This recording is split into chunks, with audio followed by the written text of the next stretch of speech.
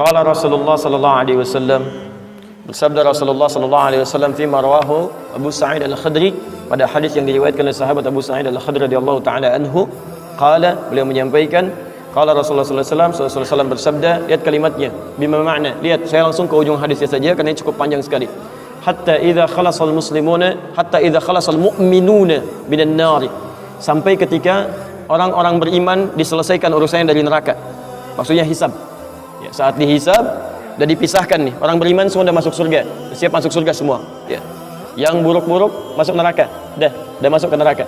Jadi kalau amalan anda misalnya 50,001%, Masya Allah, maka anda masuk ke dalam surga insya Allah, lebih banyak amal baiknya. Tapi kalau amalan jelek anda misalnya 50,001%, amal baiknya 49,99, masuk ke mana? Ke neraka, walaupun cuma 0,01%. Yang jadi masalah sekarang 50%, amal baik 50, amal jelek 50, masuk ke mana? Taib. Nah itu belum ke surga dan tidak ke neraka. Lihat kalimat saya, belum ke surga, tidak ke neraka. Disimpan di tempat yang tinggi, yang bisa teramati keduanya. Bisa melihat ke surga, bisa terdengar jerit neraka. Kalau lihat udah nggak tega, udah nggak kuat ke neraka. Terdengar jerit neraka. Yaitu disebut dengan A'raf namanya, tempat tinggi yang bisa melihat keduanya. Disebut A'raf. Ya, makanya ada Quran surah Al-A'raf, Anda baca dari ayat 45-nya sampai dengan ayat ke-50-nya. Ada ashabul A'raf yang belum ke surga dan sangat ketakutan mendengar jerit-jerit neraka sehingga ingin mengharapkan rahmat Allah Subhanahu wa taala. Dia akan ditempatkan di situ di tengah-tengah nanti sampai selesai hisab. Begitu selesai hisab, dia memohon rahmat Allah, diberikan rahmat Allah, baru kemudian dimasukkan ke dalam surga. Kalau hisabnya misalnya berlangsung selama sehari, maka 1000 tahun dia nunggu di situ.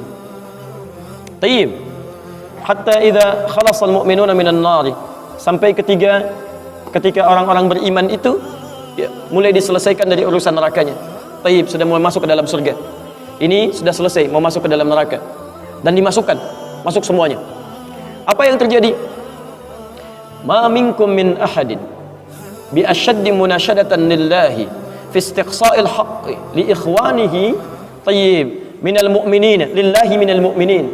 Anda tidak akan temukan pada saat itu situasi saat orang-orang beriman akan masuk ke dalam surganya, sementara yang neraka sudah dihukum di situ, sudah banyak yang dihukum, sudah macam-macam masuk. Ini sudah mulai mau selesai, tiba-tiba ada orang-orang yang mengadu kepada Allah Subhanahu wa taala, memohon dengan sangat. Nabi katakan, Anda tidak akan pernah temukan orang yang paling banyak kuat permohonannya kepada Allah, memelas dengan tulus. Asyaddu munasyadatan. Munasyadah itu sesuatu yang dimohonkan dengan sangat. Ya Allah, mohon ya Allah, mohon ya Allah. Fawalladzi nafsi biyadi, sampai Nabi berkata, maka demi Allah yang jiwaku ada di tangannya. Ini Nabi bersumpah dengan jiwanya. Tidak pernah ada kalimat dalam hadis ya, kalimat seperti ini kecuali menunjukkan itu sangat serius. Ingat, sangat serius. Dan ada sesuatu yang penting di dalamnya. Nabi serius menyampaikan ini. Kita jangan anggap bercanda gitu kan. Falladzi nafsi biyadi, maka demi jiwaku yang ada di tangan Allah Subhanahu wa taala, yang bisa diwafatkan kapan saja. Lihat kalimatnya.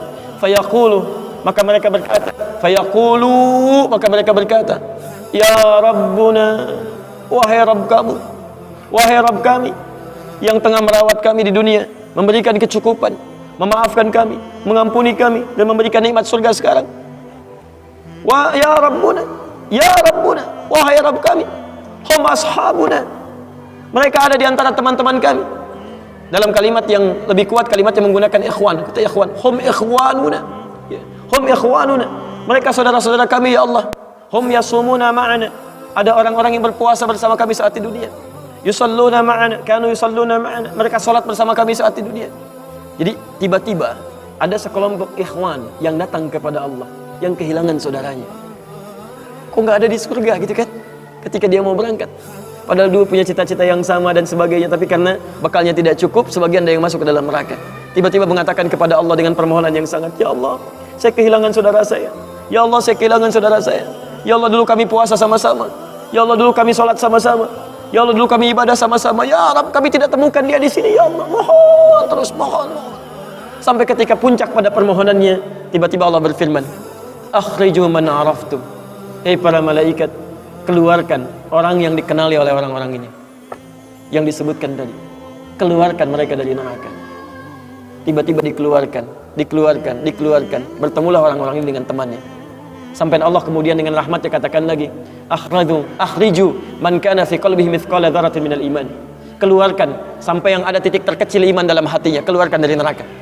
Bahkan hadis ini ada di Al-Bukhari nanti, ya ada di Al-Bukhari nomor hadis ke-14 posisi paling kiri sebelah bawah, ya. Tayyib, sampai mereka kemudian dikeluarkan dalam keadaan gosong, sudah mulai terbakar habis dan dimasukkan ke dalam surga kemudian. Setelah selesai hisabnya di dalam nerakanya, dikeluarkan dari situ. Jadi ada orang-orang yang dengan syafaat temannya bisa keluar dari neraka, masuk ke dalam surga, ada yang sama sekali tidak membantu itu. Ya, dosa-dosa yang begitu besar tidak bisa keluar dan kekal dia di dalam neraka. Walaupun dia merasa beriman kepada Allah, tapi digugurkan keimanannya dengan ibadah-ibadah yang melanggar ketentuan Allah, seperti syirik dan sebagainya. Tapi poinnya adalah tiba-tiba ada segolongan teman yang memohon kepada Allah Subhanahu wa taala, "Ya Allah, kami puasa sama-sama, kami ibadah sama-sama, kami sholat sama-sama ya Allah, cuman saya nggak temukan dia di sini." Itu indah. Nah, permohonan sesuatu untuk melengkapkan pada yang kurang disebut dengan syafa' namanya. Pelengkap yang kurang disebut dengan syafa'. Makanya di tarawih itu ada salat syafa'. Antum salat 11 rakaat, 2 rakaat penyempurnanya yang ke-10 disebut dengan syafa', 1 rakaat akhirnya disebut dengan witir. Ya, ada teman yang merasakan ada yang kurang nih ya Allah, begitu saya masuk, teman saya nggak ikut, saya ingin dilengkapi dengan itu ya Allah. Tayyib, permohonan untuk menggenapkan sesuatu yang kurang dengan sifat yang sangat memohon luar biasa, maka kalimatnya dirubah dari syafa' menjadi ditambah tak di ujungnya dengan alif di tengahnya, jadi syafa'ah. Tayyib, saya mau akhiri ya, karena ini sebenarnya tidak banyak bahasannya. Siapa orang-orang ini? Itu yang disebut dengan ikhwan. Makanya ketika ayat Qur'annya mengatakan wa kuntum ala syafa hufratin minan nari fa anqadhakum minha, dan kalian sudah ada bahkan yang sudah mau di bibir neraka itu, karena ketika diangkat itu oleh Allah Subhanahu wa taala dengan perintahnya, ya diperintahkan oleh Allah.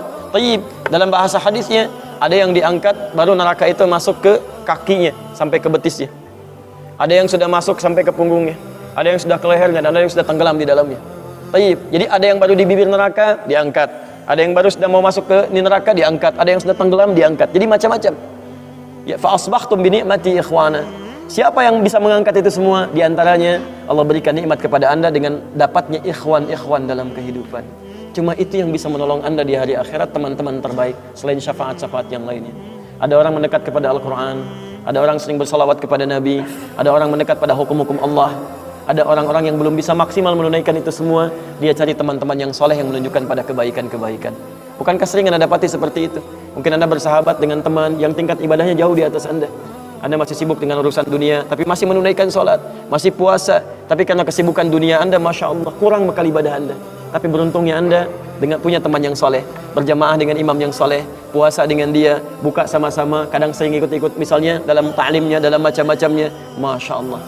Maka tiba-tiba ketika Anda dikenal oleh dia, diingat oleh dia, di akhirat nanti, tidak ditemukan Anda, ya Allah, dia kawan saya ya Allah, dia teman saya ya Allah, dia saudara saya ya Allah, kami pernah ta'lim sama-sama ya Allah, kami pernah puasa sama-sama ya Allah, kami pernah sholat berjamaah sama-sama ya Allah, mohon jangan pisahkan ya Allah, jangan pisahkan. Pertanyaan, sudahkah Anda punya teman seperti itu yang bisa menolong dalam kebaikan? Kalau belum temukan, cepat cari mumpung masih hidup, sebab kalau sudah kehidupan itu berakhir, tidak mudah untuk menemukannya. Maka pastikan di kantor Anda, teman Anda bisa membawa Anda ke surga. Pastikan di rumah Anda, pasangan hidup Anda adalah teman yang bisa membawa Anda ke surga. Pastikan di tempat kehidupan Anda, siapapun tetangga Anda, kerabat Anda, teman-teman sekolah anak Anda adalah teman yang bisa mengingatkan dan membantu Anda untuk mencari Anda bisa masuk ke dalam surga. Dan saya mohon pada Anda semuanya, tolong ingat ini ya, baik-baik. Kalau nanti di akhirat Anda tidak temukan saya di surga, tolong ingatkan kepada Allah, saya pernah ada di sini, saya pernah ada di sini. Tolong ingatkan. Kalau antum di akhirat nanti tidak temukan saya di surga, tolong ingatkan. Ya Allah, mohon ya Allah, Adi Hidayat pernah mengajar saya dan mengingatkan saya di sini. Ya. Subhanakallahumma wa bihamdika asyhadu an la ilaha illa anta astaghfiruka wa atubu ilaik. Wa akhiru da'wana alhamdulillahi rabbil alamin. Assalamualaikum warahmatullahi wabarakatuh.